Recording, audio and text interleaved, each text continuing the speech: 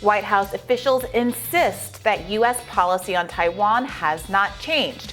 This despite President Biden's unambiguous commitment to intervene militarily should China attempt to invade the island. Let's watch those comments back. Are you willing to get involved militarily to defend Taiwan if it comes to that? Yes. You are? That's the commitment we made. That's the commitment we made. We are not, look, here's the situation. We agree with a one China policy. We signed on to it and all the attendant agreements made from there. But the idea that it can be taken by force, just taken by force, is just not appropriate. It will dislocate the entire region and be another action similar to what happened in Ukraine.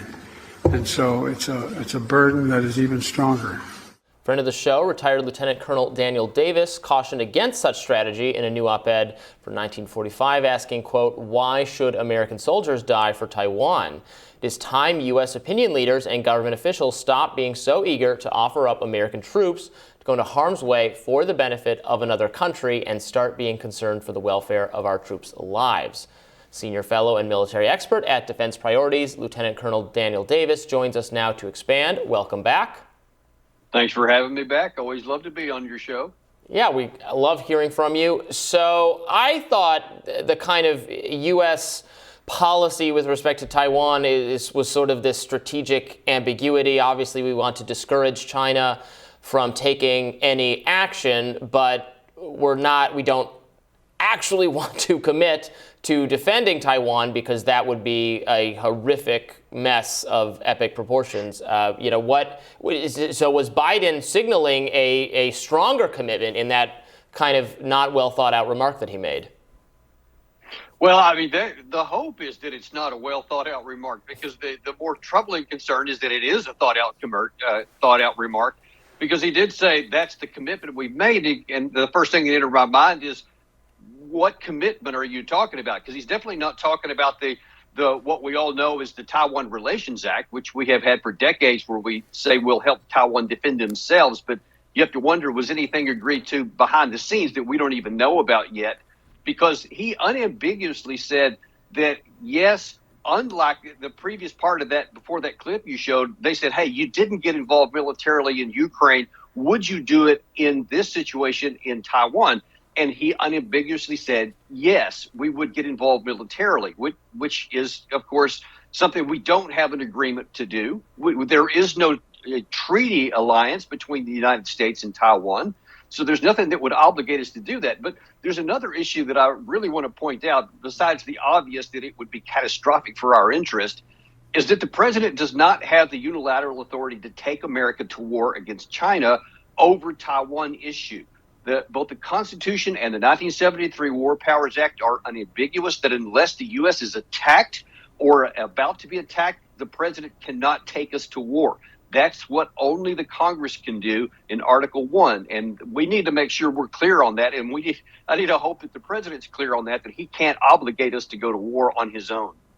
Yeah, what's so curious about this is that, the Washington Post has reported that this isn't the first time Biden has said even this. Apparently, there were a couple of instances last year where he made similar comments. It seems as though the fact that we are now in the conflict in Ukraine, involved in that conflict, that a different kind of gloss is shed on the implications of that kind of remark. It's even more curious, given that apparently back in 2001, when Bush II made a similar kind of remark, it was Joe Biden who pushed back and said that language is too strong. We have to be careful about our commitments. Do you think there is a principled shift here that's happening with Joe Biden, or this is, senior moments or something else that's going on here? Well, you're right, because both last August and October, the president made similar, nearly categorical comments implying that we would get involved militarily against China. So you can't say that it's a gaffe like a lot of people are saying, or it's a misstatement. I mean, it's pretty consistent that he's saying that, which implies that's his aspiration or that's his desire, which of course is troubling because, look, man, with what's going on in Russia and in Ukraine and how we're just right on the edge of that already, and any miscalculation stumble us into the actual war against a nuclear-powered country. Now that we're talking about the possibility of doing it here in the China-Taiwan issue against another nuclear power.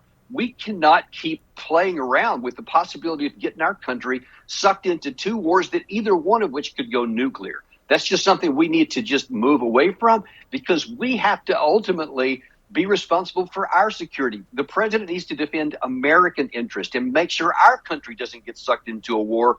As much as we hate what's going on in Ukraine and potentially in Taiwan, we have to make sure our country doesn't get drawn into a war so that we're the ones who are suffering. Right. What would an actual effort, if it's what Biden said, and we're going to defend Taiwan in the case they got attacked by China, what would that even look like? Because we don't.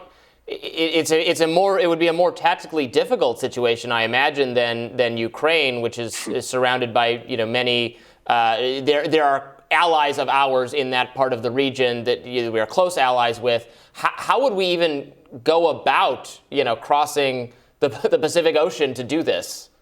Yeah, I actually wrote an extensive two-part series also in 1945 discussing exactly that issue and how just profoundly difficult it would be for the United States.